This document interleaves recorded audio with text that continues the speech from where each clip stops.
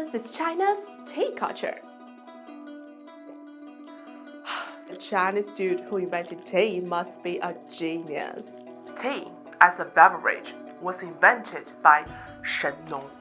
So flattered. I just discovered it. Just a simple lift from this to this. For over 5,000 years, tea originating from China has showcased great inclusivity, with different cultures, tastes, and customs. Initially, tea wasn't meant for drinking. It was only during the Zhou Dynasty over 3,000 years ago that tea, as an ingredient, made its way to the dining table. It's a healthy ingredient, efficient for weight loss, which was said by ancient Chinese. We have similar cooking practices today, like tea eggs, 茶叶蛋, yummy. As for when it evolved into a beverage, it happened around 2,300 years ago in the Qin Dynasty. During the Han Dynasty, drinking tea became a sophisticated pastime for the elite and officials.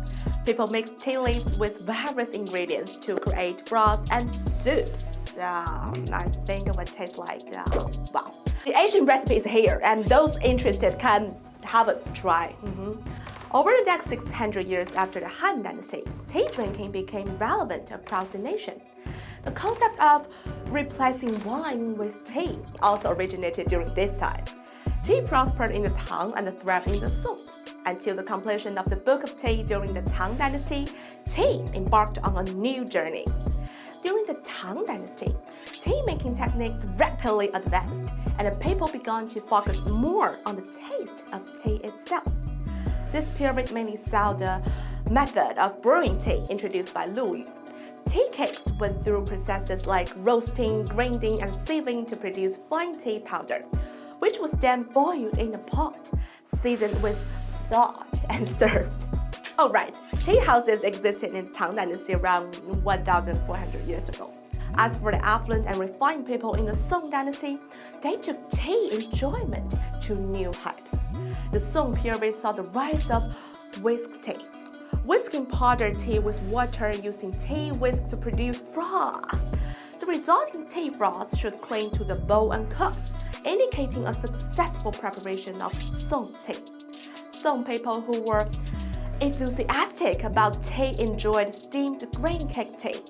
The top tier among them was the Longfeng tea cake, which required at least 600 tea artisans to produce.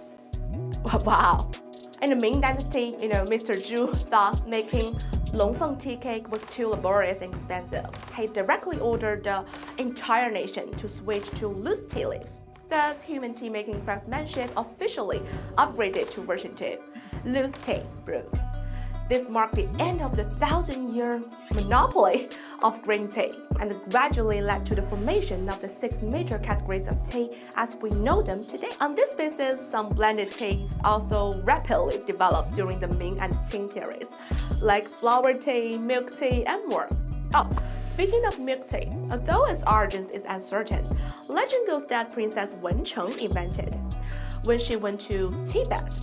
Anyway, but I have to introduce an emperor who loved milk tea, Emperor Qianlong. He had it daily, took it on outings, and even had it at the Grand New Year's feast. As a tea enthusiast like myself, I would like to recommend my favorite, Bo Ya Jue Xian of Chage. Originated from Yunnan, China, it fully leverages regional advantages and brings a lot of innovation and exploration to tea. They have also pioneered new tea-making techniques. From traditional boiling, brewing, whisking, and steeping, they have extended to infusion, using modern technology with the original leaf infusion process to make tea.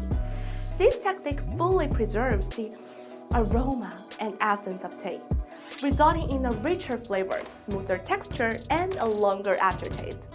Making good tea, inheriting culture, emphasizing innovation is why young people love it.